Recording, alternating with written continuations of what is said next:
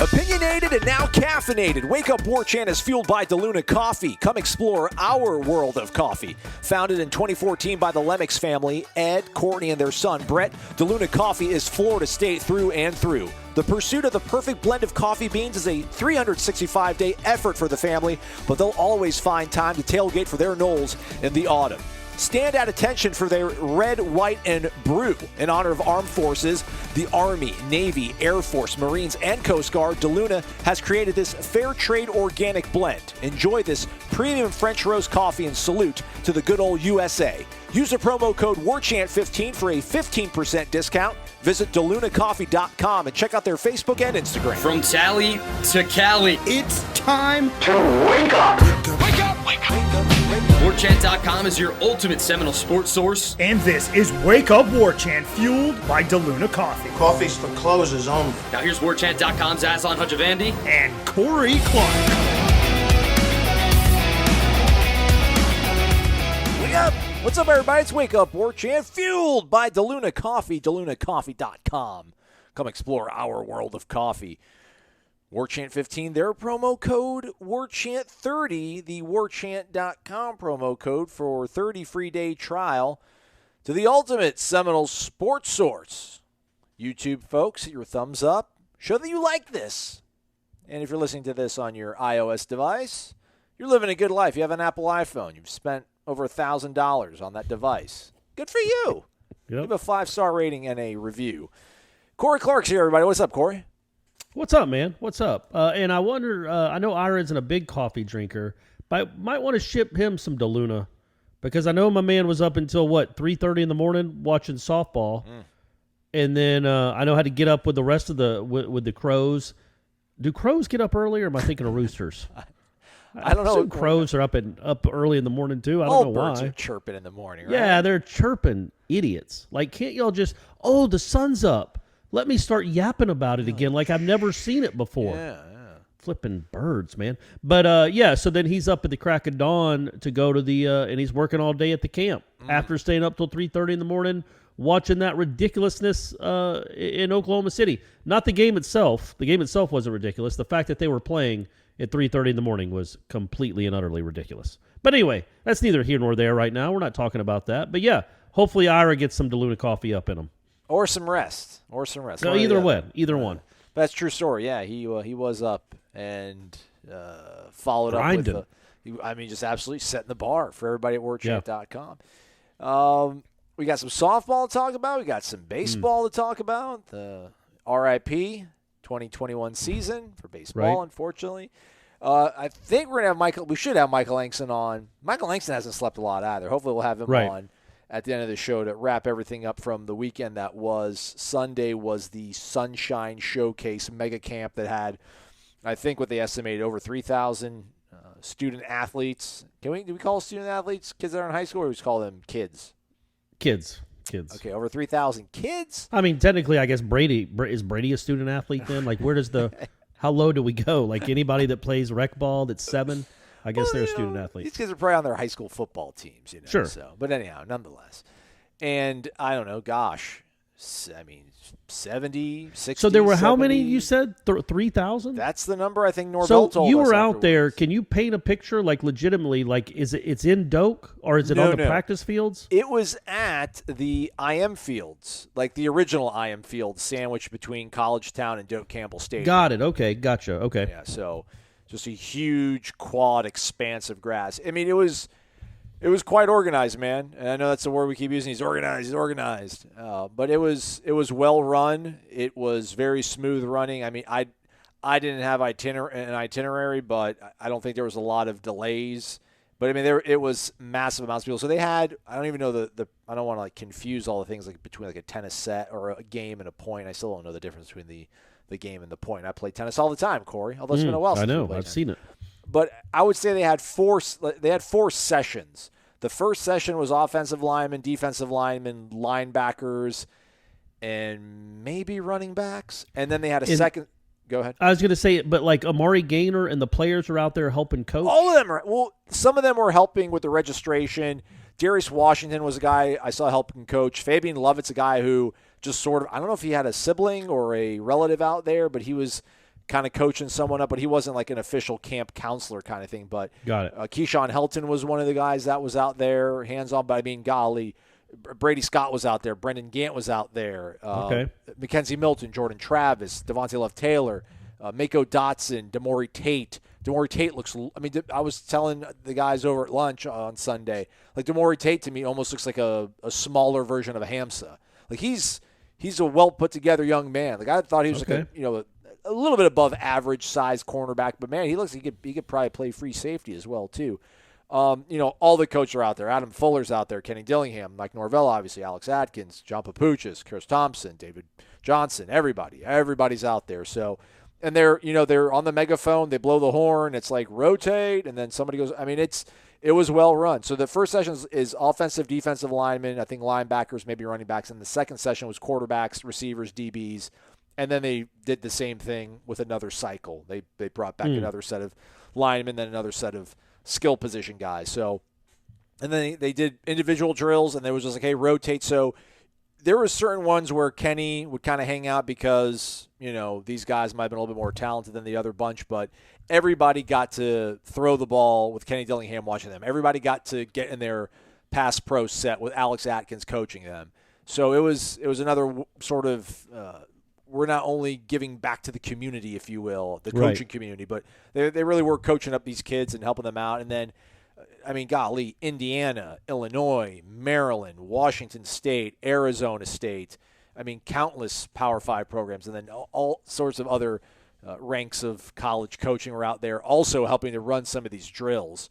So, and then, I mean, it ran smoothly, man. And apparently there was a couple guys that kind of maybe have popped up on their radar from that. The thing is, and I love Gene for this. I think like over the years, Gene has sort of been like, hey, man, like I get recruiting's a big deal. I love recruiting. It's what I built my whole sort of brand about. But, like, let's just focus on the here and now. Let's focus on the 2022 class. Let's not go too far down the road.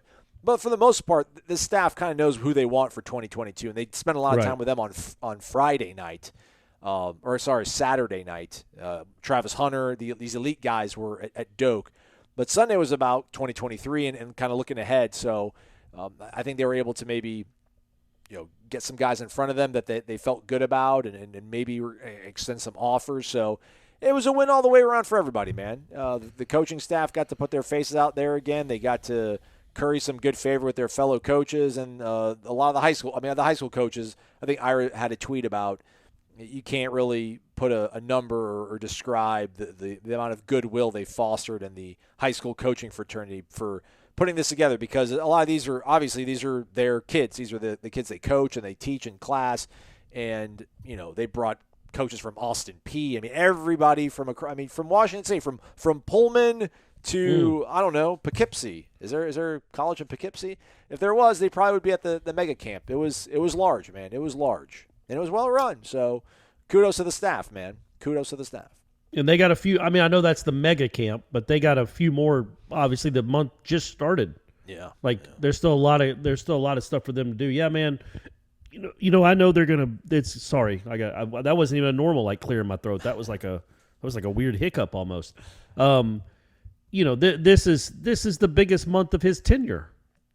You know what I mean? It could this is an enormous month for Mike Norvell, and he knows it. He just, again, I'm not going to go into the whole thing about the dead period for so long, but he is it's like he's the Frankenstein monster that's been zapped alive. For 15 months, he was just laying there, not really able to do anything. And now it's let me show you everything I've been thinking about for the last 15 months, and I want to do all this. And I think it's a good thing, too, that they get to see him coach, right? Not Norvell especially. I mean, not just Norvell, but all the high school kids. They actually get to be coached by these guys, even a little bit, and they get to interact with them. It's just there's no downside to doing something like this. And at Florida, I know he had it at Memphis, but come on, man, it's Memphis. You're on Beale Street. Nobody thinks about Memphis and football recruiting. They just don't. In Memphis. I was walking with my head off the ground. Yeah. You know who sings that? I don't know. Bruce Hornsby? I don't know. Mark Cohn. Okay. Great jam. Thank you. Yeah, great jam. Mark Cohn. Cohn. Okay. Yeah. So, but anyway, it's Memphis recruiting. Yeah. But this could become like a thing. You know what I mean? Like this could become like, hey man, we got to get all the coaches in South Florida like, hey, you're making the trek up for the mega camp this year, right? For the foreseeable future, like this could be a real thing. So it's just a really good idea. It's a really good flag to plant so early with and try to resonate, not just with the other colleges around the country, but these high school, especially these high school teams and coaches. I think you almost have to do it because you're going to freeze all your rivals out. Like, there's no way Manny Diaz is ever going to send somebody up here. There's no way Dan Mullen's ever, or will they be? They won't because of the way it looks, right? Yeah. It's not like they'd say, "Oh, who are you? Who are you with now?" Like they wouldn't stop him at the gate. But yes, you don't want to be. Maybe you don't want to be seen at a Florida State camp wearing your Gator gear because they're like, oh, you got to come over here to look at the kids, huh? Yeah, so it's almost like it's a power play in a certain way. Like Yeah. Clemson, Dabo's not going to send anybody down there. So I almost feel like you have to almost keep doing it. But I think for me, and again, I'm not trying to find the positive in things. It's not New Year's resolution time yet. Well, that's. I mean, who has accused you of that? Right. I still have my concerns, obviously. My only concern with and it goes to your point about this being the most important month of his tenure, I wonder if he can connect with the important elite kids in the Southeast, in the country. I just wonder how if they pick up on his sort of hard-driving, hoorah kind of mentality, or they're turned off by it. That's like really the only concern I have. I think he can coach offensively well. I think he's hired good assistants, mostly. We'll see what works out with the defense. I love Alex Atkins. I was talking to one of the coaches out there, and we're both just kind of chuckling like, man, I love watching Alex Atkins coach. Just so intense, so his attention to detail, the way he kind of connects with these kids, and they quickly kind of absorb everything he wants to do. But yeah, I mean, if he can hold on to this recruiting class, if he can kind of build off of it, and if they can, if they can beat somebody like Notre Dame, all these things he's doing right now, these are all like seeds that he is planting. We've mentioned it before. I've talked about it before. Like, if this thing takes off, if they can beat Notre Dame, everything is in place. Everything is set up to where they're going to be able to take advantage of any sort of true momentum they get when it comes to playing and winning football games. Like, we all want to win the lottery, right? But how many of us actually have like a real plan if we do win the lottery? It's like, yeah, we'll pay off the mortgage, we'll save up for the kids' college fund, but there's a whole bunch of other things. You can kind of wing that, right? You win $50 million, you're going to be all right. It's really hard to screw that up. But he's got all these things, all these sort of franchises he's building up, the Sunshine Showcase and his, what he's doing with these individual workouts to try and bring all the elite guys on campus, the Midnight Madness. He's developed all these things where, man, if they win and they get that gust of win in their sails, like there really is no turning back. I'm not going to say recruiting juggernaut, but it's going to be so they'll be able to capitalize on any sort of success they enjoy on the football field because of all these little things that he's been doing. Because it won't be like, all right, well, what do we do now? It's like, all right, man, people know us from winning this football game, but they also remember coming to our camp earlier in the summer, and we're going to be able to take advantage of all this goodwill. So those are the sort of things that I took away from Sunday and Saturday to a certain degree as well, man. Saturday was nuts, man. Like, they had all these 5-star dudes just showing up. Working out. Working out for hard. Like, not just, running routes against air, like one-on-one drills and offensive line, defensive line, and putting their mitts on one another. So they're setting the table. I thought that in that article you texted me, I never thought about that, but that's pretty interesting. You just texted a passage from it, a screenshot, a passage from it. But essentially, a lot of these Power 5 schools, and I'm sure it will happen at Florida State. Yes, we've offered you a scholarship. Yes, you've committed. But man, we've got to see what you look like now, and they will be worked out on recruiting trips, right? Yep. Don't you think so? Like, I mean, part of that is like, Travis Hunter can show up in, suit jacket and tie and just say, I'm going to watch or whatever. He can be in a bathing suit. He doesn't have to work out. But there are other guys that legitimately, like, we want to see how you move because we haven't been able to watch you in person maybe ever. Yeah. And we want to see it up close. Nobody really offers kids scholarships ever without seeing them in person. It's just not how it works typically, but that's how it's all had to work for the last year. So yeah, I think that's something I hadn't even thought of. But yeah, some of these recruiting trips are probably put in place. We want to see if you are what we think you are, and we want to see it in a person with our own eyes and not just on film. And they're dressing it up a little bit by saying this also gives you, the student athlete, an opportunity to see how I coach and whether you want to come play for me. But I think it ultimately is about them making sure the bill of goods that they've seen on film is what they're going to get when you arrive at Tallahassee. When you think about it, Florida State turns down a program like Florida State turns down, 100 times as many people that turn down Florida State. You know what I mean? There's 28. I wouldn't even know what there'd be. 300,000 high school football players that would want to play at Florida State, and they go after 80. Right. So yeah, so yes, by and large, they want to see if they're making the right decision, but they can color it any way they want just to make sure the kid shows up and is willing to do it. But yeah, it makes perfect sense. And Florida State won't be the only ones doing it. Again, this is unprecedented. Nobody's ever recruited like this before. So they all want to see what these kids look like in person. And it sounds like it was just it just sounds like a whirlwind, dude. It sounds like it's nonstop. For a week it's been, or whatever, it's been 5 days of just utter insanity. Yeah. In a good way, but just straight, utter insanity. Would Coach... DeLuna. Yeah.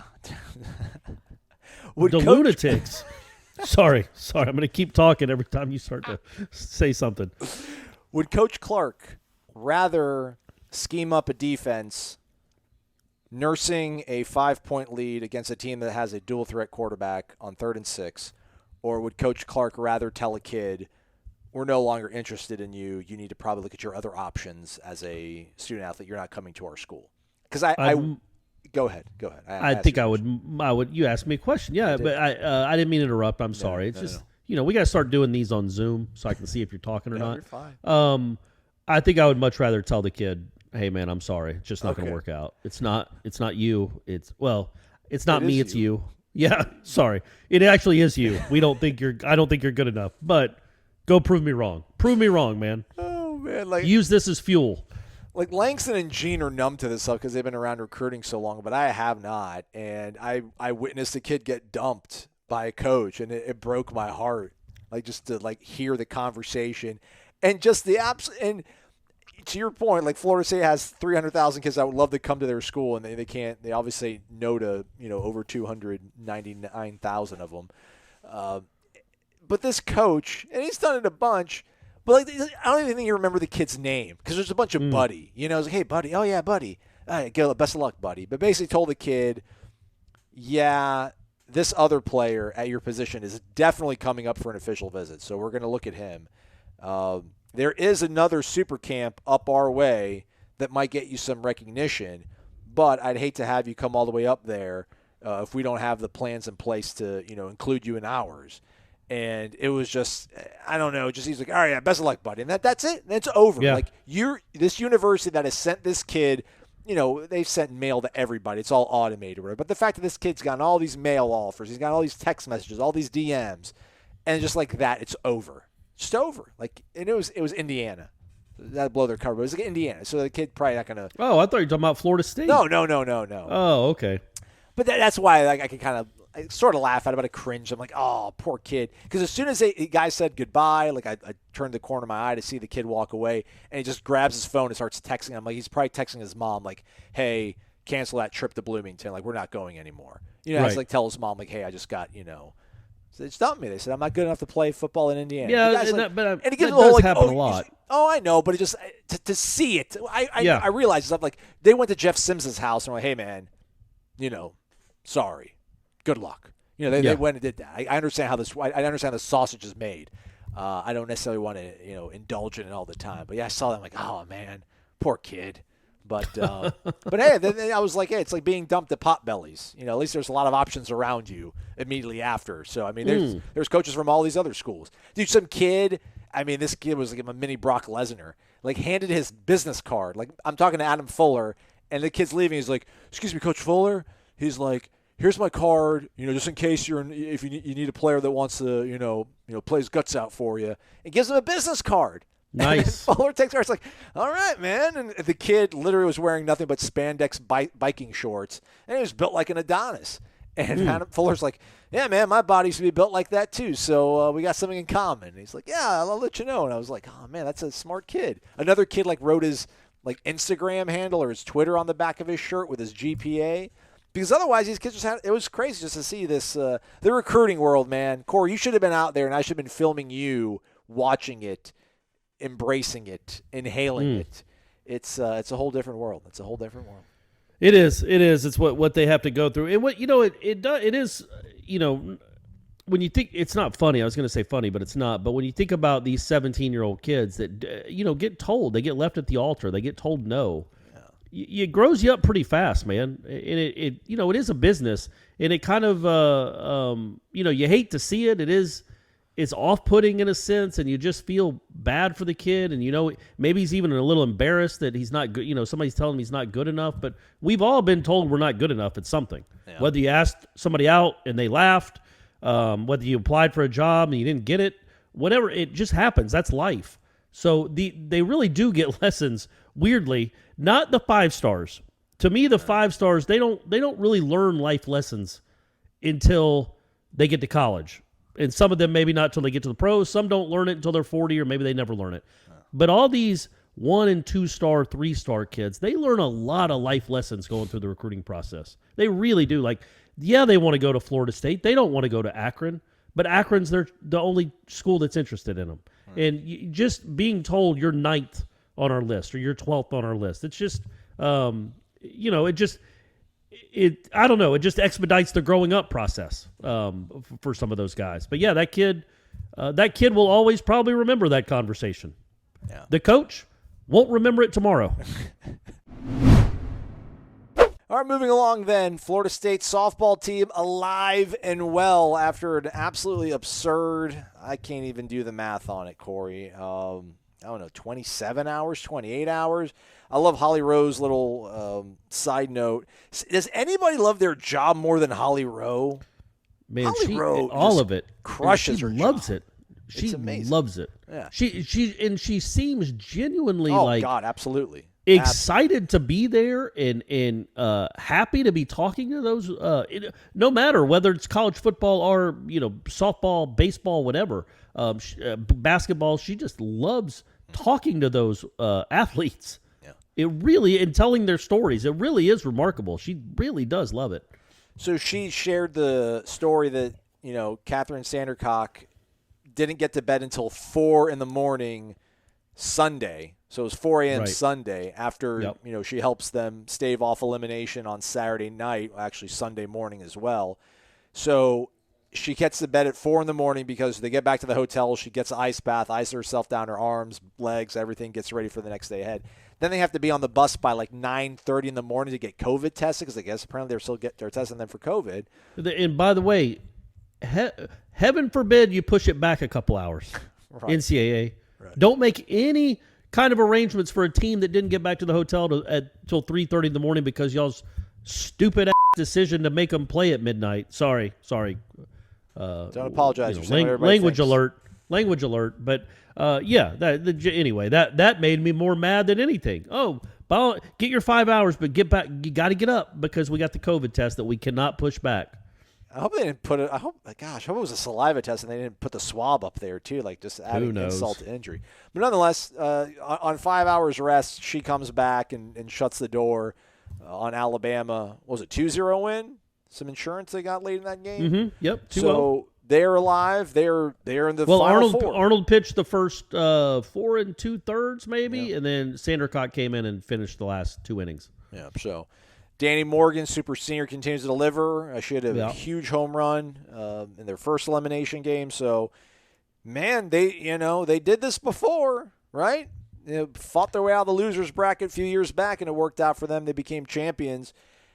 We talked about it. We're not obviously the biggest seam heads when it comes to softball here on the show, but it seemed like Oklahoma was just an absolute juggernaut.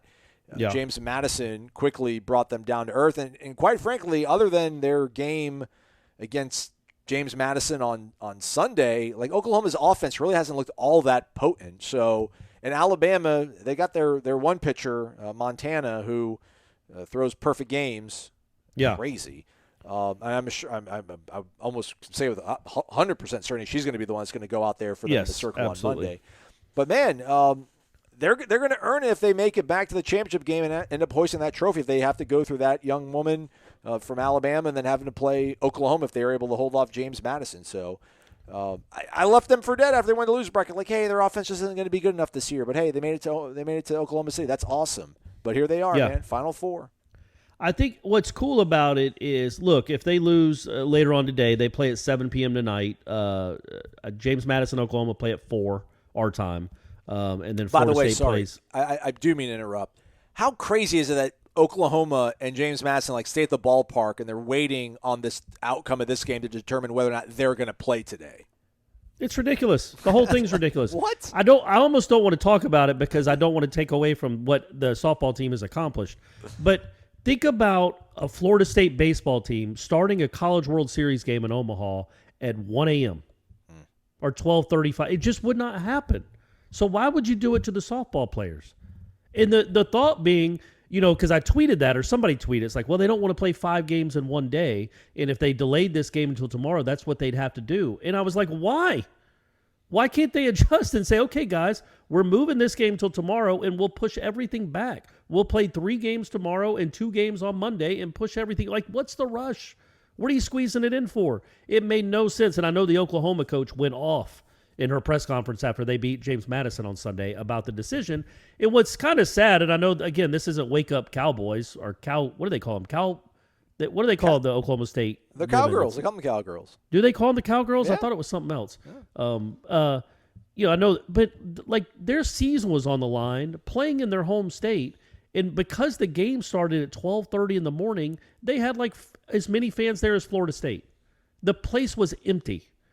And why would you do that on your biggest stage, really the biggest stage this country has for the sport, other than the Olympics, which I think it's back in the Olympics this year. But, yes, it definitely is. But why would you do that? Why would you start a game so late where there's nobody there? And the game ended at 3:35 in the morning, Eastern time. Who made that decision and why? And what bothers me about it is if you're going to make that decision because you want to get all 4 games in the following day, well, then why didn't you? Instead, you had James. You'd rather, instead of moving the game back like they should have on Saturday night, you'd rather have James Madison sitting on the burn in left field, watching the end of the Florida State game in full uniform, knowing that if Florida State wins, they just got to get on the bus and go back to the hotel. It was run like a AAU tournament, a bad AAU tournament. Yeah. It doesn't make sense. What is the rush that you have to start the championship series on Monday? I know there's TV, but ESPN has 1,000 channels. They'll find a way for it. They'll find a spot for it. So push everything back a day if you have to. But that was just, and so Oklahoma State's season came to an end. I don't feel bad for them. Obviously I was rooting for Florida State, but it came to an end in front of 100 people. When maybe the game is completely different if there's 6,000 people in the stands, most of them wearing orange. I don't think it would be. Florida State doesn't seem to be infected by that, but you never know. But yeah, so it boggles the mind that they decided to do that. There was no real good reason given. And then it's like, once they caught wind of how bad a decision it was, that's when they made their pivot on Sunday. Like, well, we're not doing this again. We had a 2.5 hour delay again today on Sunday. We are not going to have 2 more elimination games played until 3:30 in the morning. So we're pushing everything back until tomorrow. I don't know why they couldn't have done that. Made the same decision on Saturday night, but they got so much bad press for it, they decided to change it.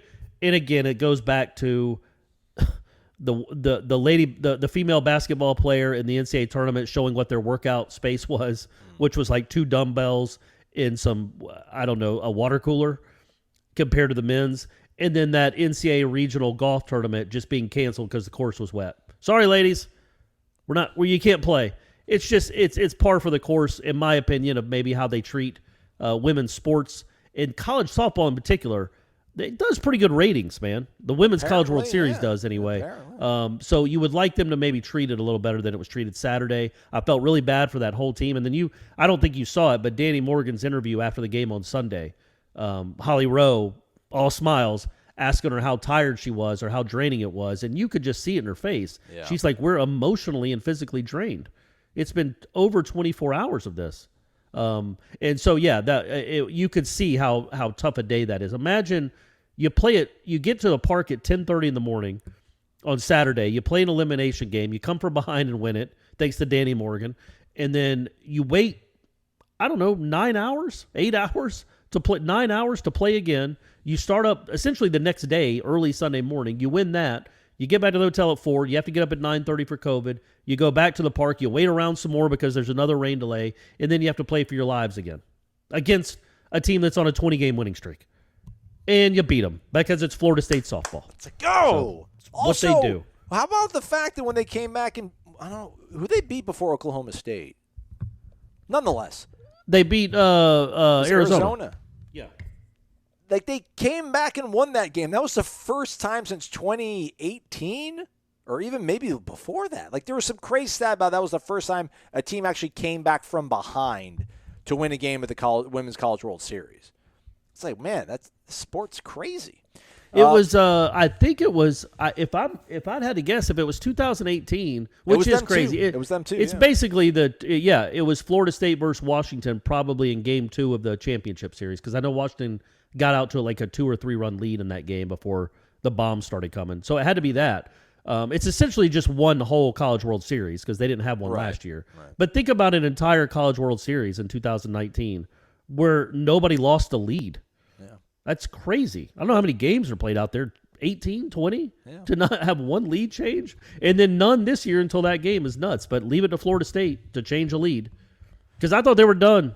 And every time I think they're done, they do something like that. Amazing, man. So, 7 p.m., they'll face Montana Fouts. That's the girl that threw the – I keep saying girl. I apologize. Woman. It's just – I grew up covering high school sports. Young lady. It's always boys. It's boys basketball, girls basketball. And I just it's hard. It's also hard for me to think of like a 19-year-old anything as a woman. But anyway, a man or a woman. Like I always want to call him kid. Yeah. No, it's fine. You're not diminishing her role or her ability by saying that. But it is weird though. I don't ever call Tyler Martin a boy.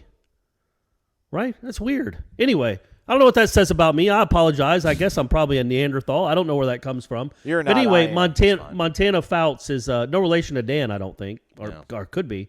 But she's the one that threw the perfect game. And in the game before that, she also pitched and had 16 Ks against whoever they beat, Washington. I don't know. But so, yeah, she might be the best pitcher on the planet. And then if you beat her, you have to go probably, not 100%, because James Madison has certainly proved they belong, but you probably have to go play and beat the best offensive softball team in the history of softball, apparently. And you said they haven't done much offensively. They scored like 10 on UCLA. They run-ruled Georgia. They put up 6 on James Madison. Yeah, they put up 6 on James Madison on Sunday to stay alive in that game. Yeah, the bats have come alive since the first one. You see what all the fuss was about. All right. And then you look at Florida State's batting averages. They're all like 220. But why Florida State is Florida State, and I know this isn't a softball-centric show, but I've been yapping about it for 10 minutes. So in that game on Sunday, the first run comes on the best walk I might have ever seen. Sydney Sherrill, who is their best hitter, she hasn't hit like she has in her career this year, but she's still their best hitter this year, gets down 0-2 with the bases loaded and proceeds to take 4 straight pitches that might have missed collectively by 12 or 14 inches. They were all balls, but they were all balls like 2 inches off the plate or 3 inches off the plate. The last one was like 2 inches below her knees. She took them all. So you get the run there, which is just an incredible at-bat by a veteran that's been in that position before. Most people in that instance are chasing. They're a little anxious. Not her. If you're not going to throw me a strike, I'll take the walk. Incredible at-bat. And then their next run, and the insurance run in the 6th, came on Danny Morgan with a double to the gap, and then she sees the center fielder bobble it. Or the relay throw. She can tell the relay throw is just a little bit low, and she bobbles it a little bit and just rips to third. Like no hesitation. None. And then scores on a hit to right field that she would not have scored on if she'd have stayed at second. It's just that aggressive base running, man, and they take extra bases. They don't win by the long ball. I know Danny Morgan hit a huge one, and a Shellnuts one on Saturday night. is the farthest ball I've ever seen hit in that park. That was nuts. But they don't typically live by the home run this year. They have to score like that, and that's what they do, man. And they're still alive. There's 4 teams left. When they take the field, there will only be 3 teams left playing softball in the United States, and they're one of them. The clutch shot, the biggest hit. It's time for the Zaxby's Indescribably Good Player of the Week. That's right. It's that time. Corey, once again, I defer to you, friend. Who do you have as our Zaxby's Indescribably Good Player of the Week? Well, Trae Young, what he's done in the NBA playoffs is no. Oh, you mean for Florida State specific? Look, we just talked about her, but what Danny Morgan did. I mean, what she had 2 home runs all season, and then with her team down to 6 or 7 outs, down by 2 on the biggest stage in this country against a really good pitcher and a really good team. I'll just hit a 3-run bomb to give us the lead. Now they did come back to tie it. But then Florida State won in the last on a Cassie Davis sac fly. Again, good base running, situational hitting. It's what they do. But Danny Morgan with that, she also had a couple hits on Sunday, and she scored both runs, I believe. I'm most positive she scored both runs on Sunday. She scored the only 2 runs in the game. And again, it's what you get when you're talking about these super seniors. There's nothing that is going to freak her out. She's literally won 7 elimination games in a row in Oklahoma City. It's what she does. It's what Shellnut does. They've lived this life. Cheryl, they've lived this life. It doesn't faze them. It does not mean they're going to win the national championship. We just told you what they're up against. The best pitcher on the planet, apparently, and then the all-time juggernaut offensive machine waiting for them. Basically a slow-pitch softball team that just hits bombs and stays at home plates and watches them. But just getting to this point, they are certainly not going to be overwhelmed by the moment, and it's an awesome. No matter what happens, it's really cool that they've finished their career this way. And don't you think they're kind of this might not be just for Zaxby's, but it's cool to see them. Whatever their potential is, they've hit it, right? Like you could not look at this, no matter if they lose on Monday, you could not look at this team and go, man, they didn't live up to their potential. Right. They've sailed past it. They've crashed their head through the ceiling of what this season could possibly be already. So that's just really cool to see a team play up to its potential like that and maybe even surpass it. Danny Morgan, our Zaxby's Indescribably Good Player of the Week. It's bat and ball season, and the most coveted thing in baseball and softball is a 5-tool player. How about a service, an app, that gives you plenty more than just 5 tools, and that's NordVPN. Nord, N-O-R-D, like Nordic. Say you're a Florida State fan. You are a Florida State fan. You're listening to this show. But you're out of pocket for the weekend. Let's talk about football. Let's force the football, shall we? You want to watch the game, but you go onto your app and it says this game is not available in your area.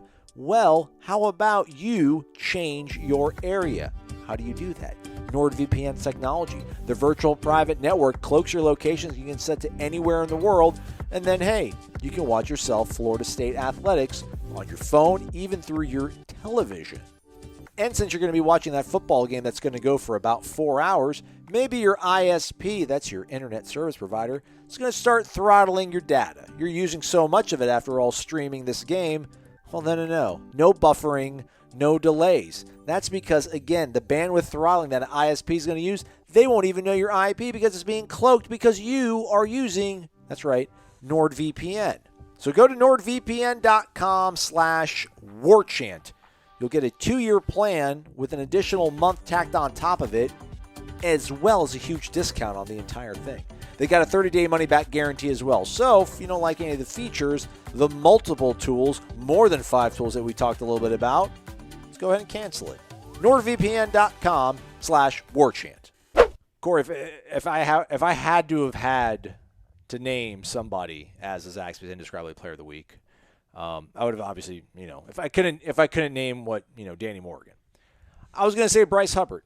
Bryce Hubbard's indescribably good player of the week because of the way he answered the question I asked him after their heartbreaking loss against Ole Miss on Saturday, where they trailed, scrapped back and got the lead, only to then squander it away with an error.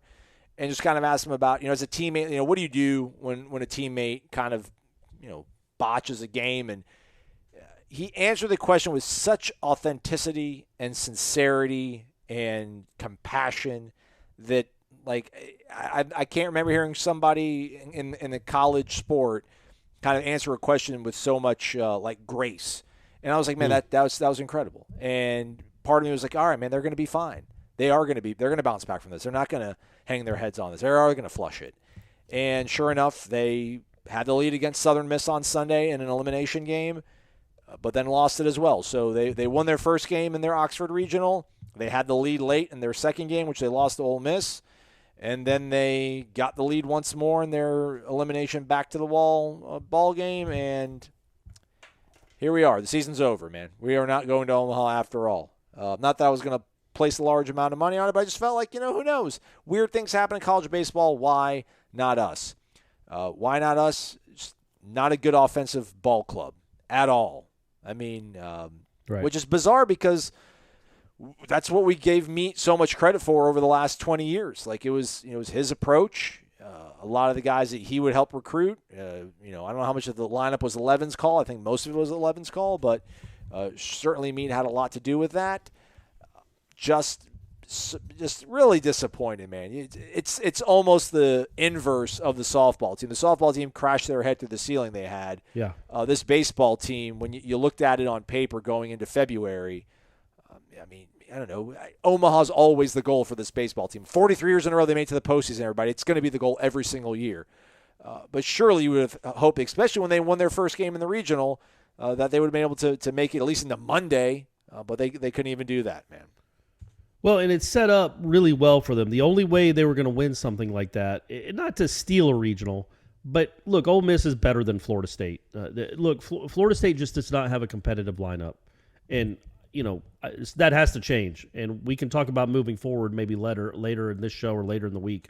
But keeping it this weekend, it played out the way you wanted to play out. They scored all their runs on Friday on home runs.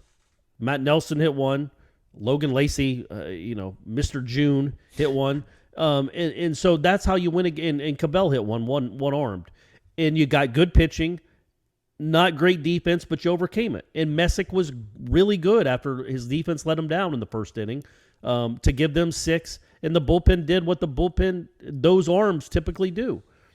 And then you're like, okay, well, that's the recipe to get that first win. It was awesome seeing that Southern Miss pitcher scream at his right fielder and then give up bombs on like 2 of the next 5 pitches. Can you imagine if that pitcher pitched for Florida State when Nander made his error? Oh my gosh. I mean, he would have chased him into left field. He would have chased him into the bullpen. I mean, come here. So they did exactly what they had to do to get into that, to get where they needed to go. And then Hubbard on Saturday, I thought pitched really well. I thought he answered the call in an environment unlike he's ever been in his life. I mean, that's nuts what that place is like. I hope Florida State administrators, if you can find any money out there, look at what's going on in Oxford and Fayetteville. See if you can get something. Starkville, Knoxville, all those places, man. I mean, did you see the replay of that kid hitting the grand slam for Tennessee, the walk-off grand slam? Yeah, every angle they had of it. Yeah. It's incredible. What a scene. Anyway, we don't need to even get into that either. But what a scene. That's unbelievable that's a college baseball atmosphere. And then you compare it to what maybe Hauser has been in recent years, even in the postseason at times. But neither here nor there. Back to the point. The point was, so they got the first game, did what they had to do. Their ace was on the mound. They got the win with Messick. That's the choice they made. And then Hubbard gave them a great start. They got a couple of timely home runs. That's how they're going to score against an elite pitcher. They're going to have to hit a couple bombs and then run up his pitch count with a bunch of strikeouts. It's just what they do. It's pretty embarrassing that they strike out as much as they do, but whatever. They had a 3-1 lead, even a 3-2 lead in the 8th inning, and then you give the regional away on one play. And you hate to put it all on one kid because you struck out 19 times as a team, and 3 runs isn't a ton. But Florida State's not going to score 9 runs against a team like that, built like that, at least on a Saturday with that pitcher. 3 is about all you're going to get with those 2 arms they pitched on Saturday. 3's it, and then you get the ground out from a guy with one leg. With one leg, and your shortstop proceeds to field it as if Kenny Lofton's running down to first. That's a pretty old reference. That's a great reference. God, I love you sometimes, Corey. Why not? Why did I say that? Why not Joe Morgan? Otis Nixon. Ricky Henderson. Yeah, Otis Nixon. He proceeds to throw it like Trout's running to first or Acuna. There we go. When he could have really patted his glove 3 times and made just a step and throw and get him out. There was no rush. And if he makes a bad throw, then you're like, oh man, that's just. But it was a physical error, sure. Of course, he didn't mean to airmail the throw, but it was a mental one too to get the ball to your glove so quickly, as if you're having a speedster's running down the line. Billy Hamilton. Man.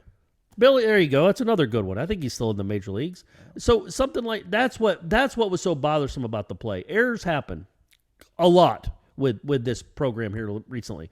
But that error, it's as much mental as it is physical, and that's what was so bothersome about it. And of course, he felt terrible. Davis Hare, I thought was great with him coming off the mound. They gave him a big glove on the butt, but it didn't matter. I mean, they lost the game, and they lost the game because of that play. If you want to, now both runners that scored on that play were on base because of walks, so there's blame to go around, but they had gotten out of the inning. And the problem with that play is that you got to know who's running, man. For the folks that don't know, it's Tim Elko, right, is his name? Correct. He's become like a folk hero in Oxford because he's playing the last part of this season on a torn ACL, and he's hit some big home run. He had a grand slam in the opener.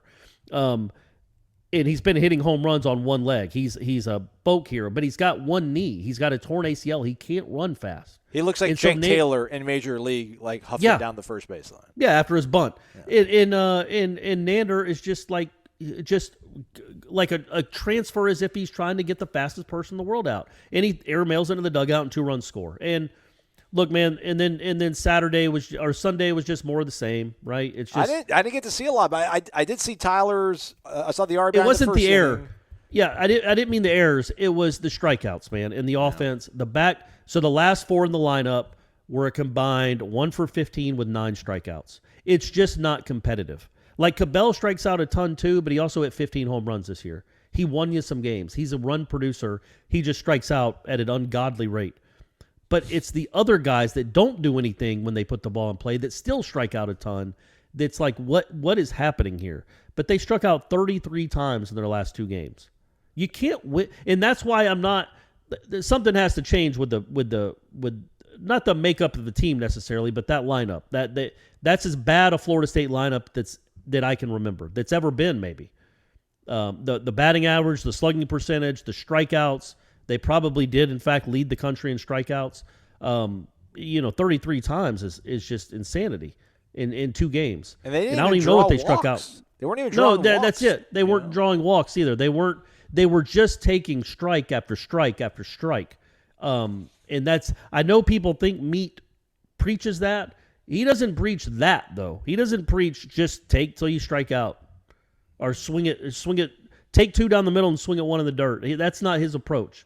He wants you to look for a zone for your first pitch and pulverize it. And there's just way too many.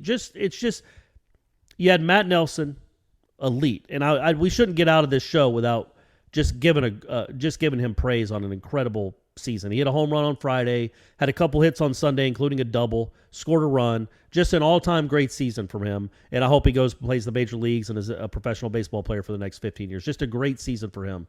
But you had him, and that's about it. Yeah. You know what I mean? Like Logan Lacey at the end, and I think Logan Lacey's legit, man. I think that plays. I think he's going to be a middle lineup guy for the next couple of years. But Tyler Martin's not an elite hitter. He gets on base at an elite level, but he's not an elite leadoff hitter. And he's not with no elite speed. He's got a skill, though. He gets on base. He typically puts the ball in play, but he's not a game changer. Cabell swings and misses too much. And then Robbie Martin was just okay this year. Nothing great. He was okay. So you had Matt Nelson. You had 3 or 4. The top 5 in the lineup were okay, pretty good, decent at times collectively. The last 4, that's essentially 12 outs, 14 outs a game that you're giving the other team because you don't have it. I mean, Davis Hare started on Sunday. You're having pitchers like Parker Messick, Wyatt Crowell, Davis Hare. I mean, these guys are... In an elimination game with their season on the line, Davis Hare was their 6th place batter and got him a hit, got an RBI single.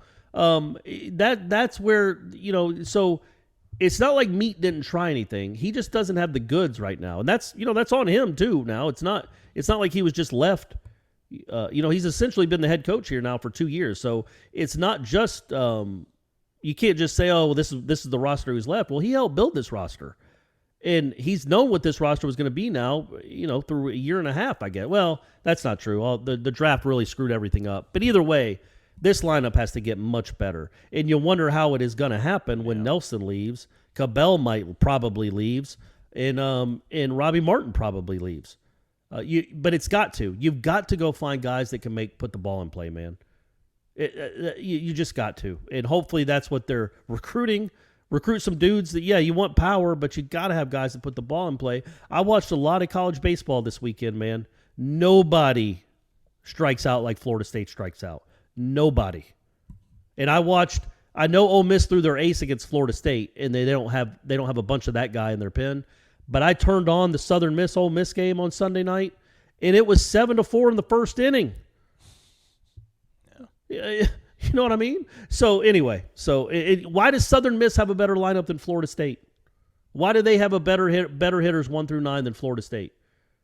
Like literally, I think out of the last 4 guys in Florida State's lineup, I don't think any of them play at Southern Miss. How could you? Jackson Green hit 180. Nander hit 1 whatever. Dylan Simmons, Davis Hare. Isaiah Perry, hey, congrats though to Perry for hitting what a time for his first bomb. Yeah. But these guys aren't, at least proven right now, college baseball hitters. So anyway, that's what it'll be a really interesting offseason of what he does to construct this roster. But yeah, look, it would have been cool if they got to the super regionals, I guess. But was that team going to win Omaha? Like their ceiling, their best ceiling to me was somehow maybe sneaking into Omaha, but probably just getting to a super. That was their ceiling. That offense, it just can't play. It can't play against elite pitching. That pitching could have played in a super, though. I think Parker Messick gets you a win, and then you throw Hubbard and shoot. You throw Grady in the same night to get at it, to try to sweep it out of a super. But alas, but to what end, right? Yeah, to what end? Yeah. Because then you go to Omaha, and their offense 2 years ago was worlds better than this one. And that offense scored 1 run in its final 2 games. Yeah. It scored 2 runs total in the whole World Series. They won one of them, 1-0. But it just, to what end? This team wasn't going to. It wasn't made up, in my opinion, with those bats to compete against those kind of arms. Maybe you luck into a couple home runs, but you can't do that on Omaha. So it's hard to hit home runs out there. So this seemed like kind of. It was a disappointing end, but it was kind of a fitting end to what this season was. Yeah.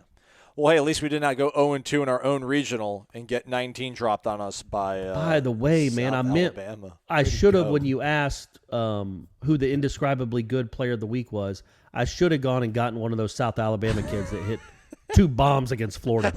I mean, are you kidding me, man? I mean, there's no way, right? There's no way that's ever happened. There's no way a host team in a college baseball regional has lost its elimination game by 18 runs. That does not happen, folks. It just doesn't. Florida's the one with South Alabama's the one that's supposed to be out of pitching. And Florida gave up 19. And to make matters better, Miami didn't even get out of the regional. Yeah.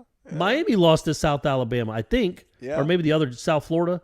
But either way, so the 2 South teams, Alabama and Florida, are playing for the regional title in Gainesville, while Florida and Miami are already done. So not a great June for the 3 powerhouses in the state, but hey, at least Florida State won a game.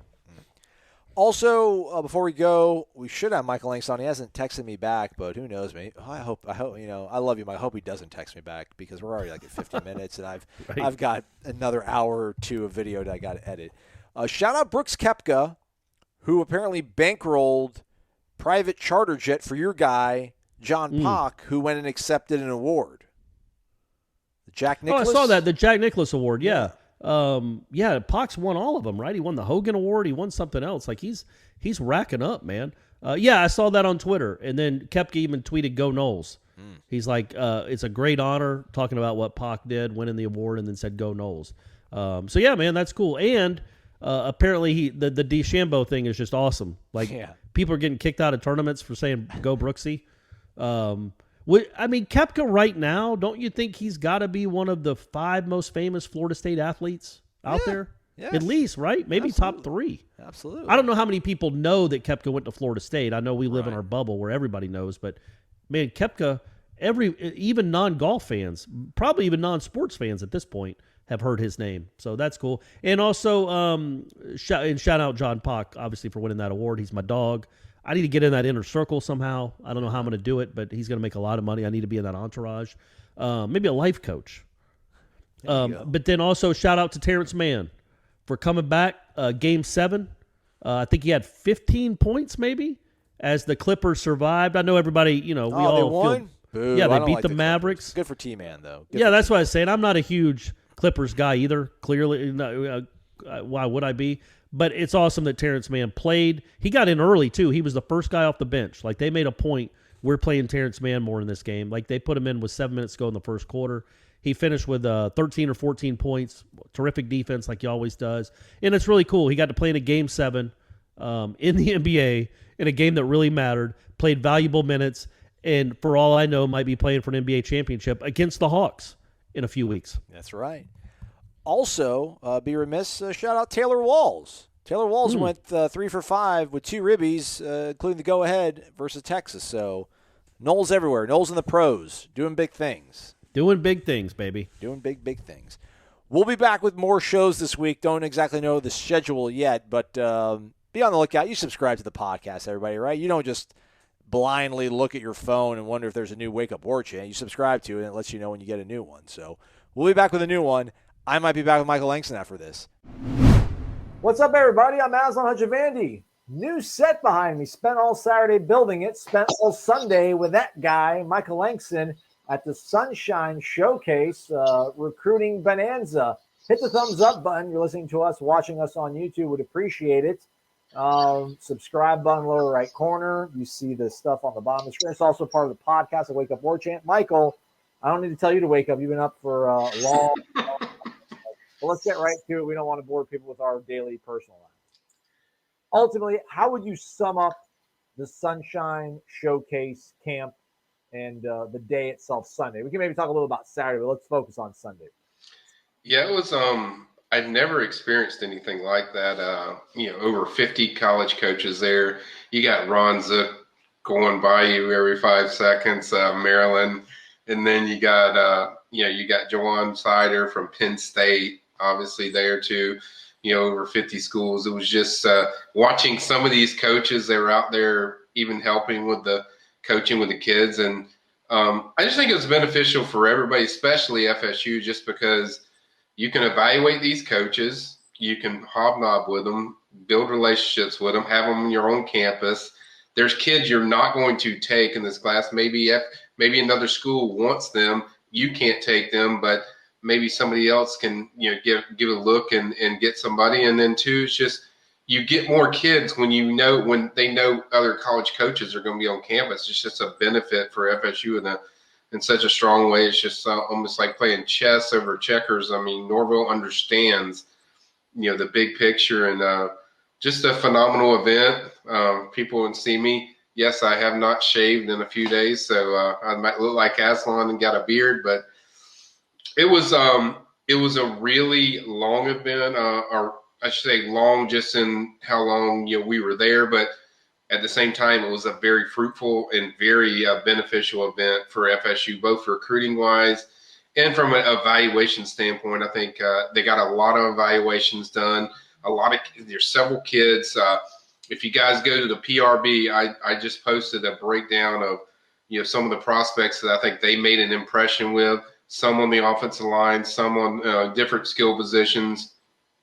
So I think, and there was some offers that went out today. So I think it was a big deal either way, because you get to evaluate guys that maybe FSU liked on film, but they wanted to see how they moved around in their kind of setting where they coached these guys up. So I think it was a extremely strong event.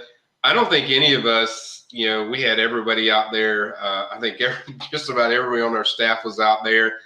And I don't think anybody really knew what to expect because we had never done any of these things before under Norvell. So I think it was I think it went even better. At least from my perspective, I think it went even better than I originally thought it would because of just there was always something.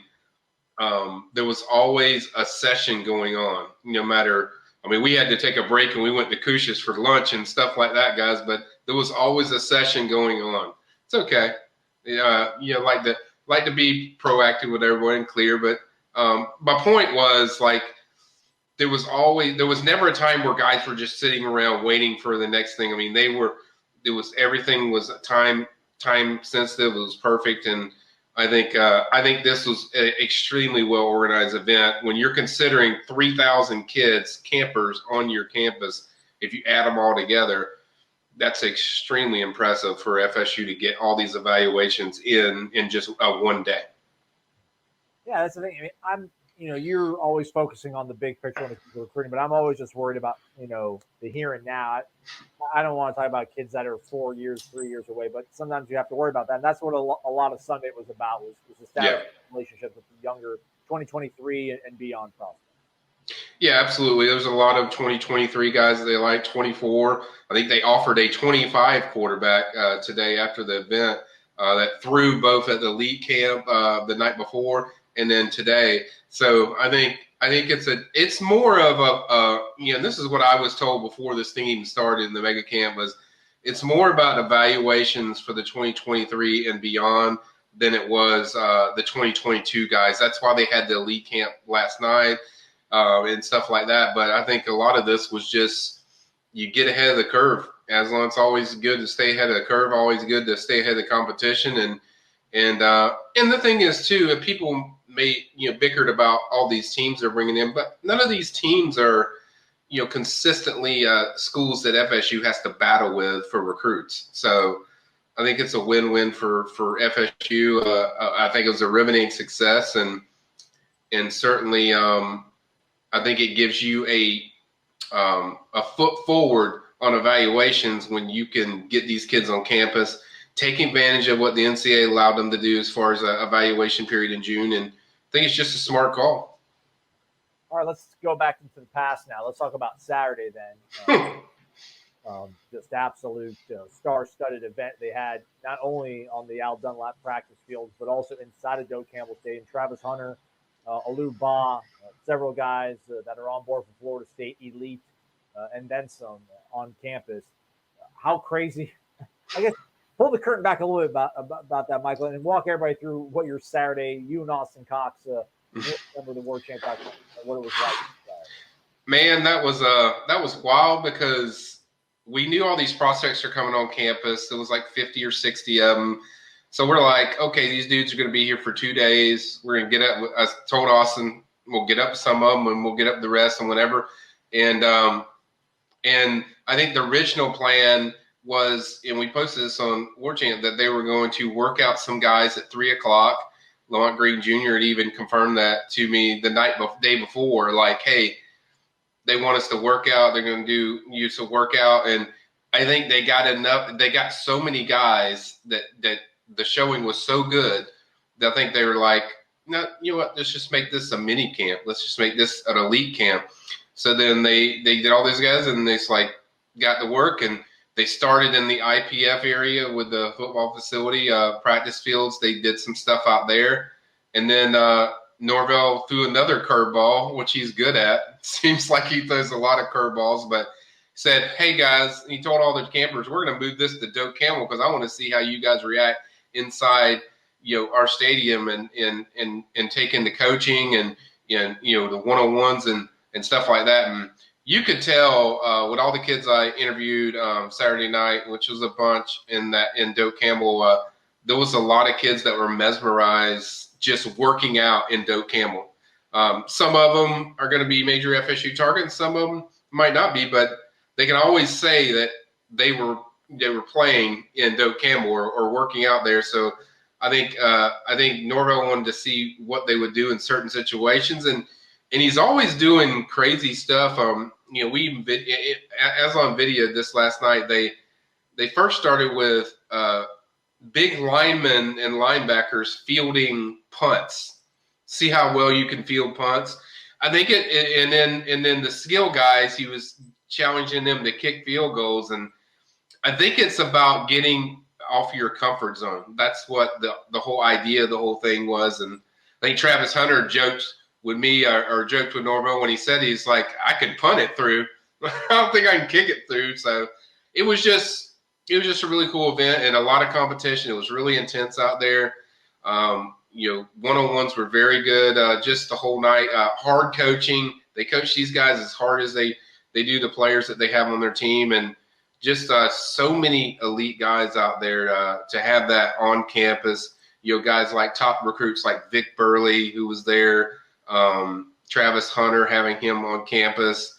There was so many to list. It's almost impossible to list, but I think it was just it was one of those calculated, organized decisions that Norvell's been known for, and this is a way to, hey, let's get all the elite guys out of the way as far as evaluations, that we can evaluate all these guys, we can work them, they can see what it's like to work with us as coaches that are major targets.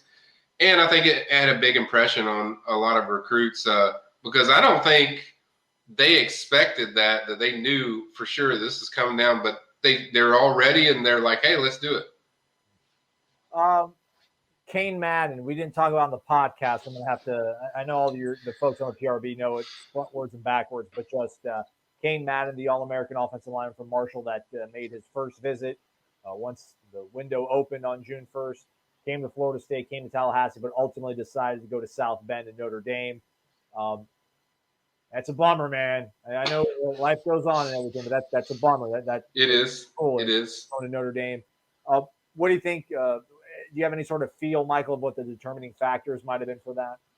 Well, I mean, I started getting a little nervous when I saw Notre Dame. When I talked to my sources, and they say, well, he also wants to visit Notre Dame because Notre Dame's closer to home for him. He's from Ohio.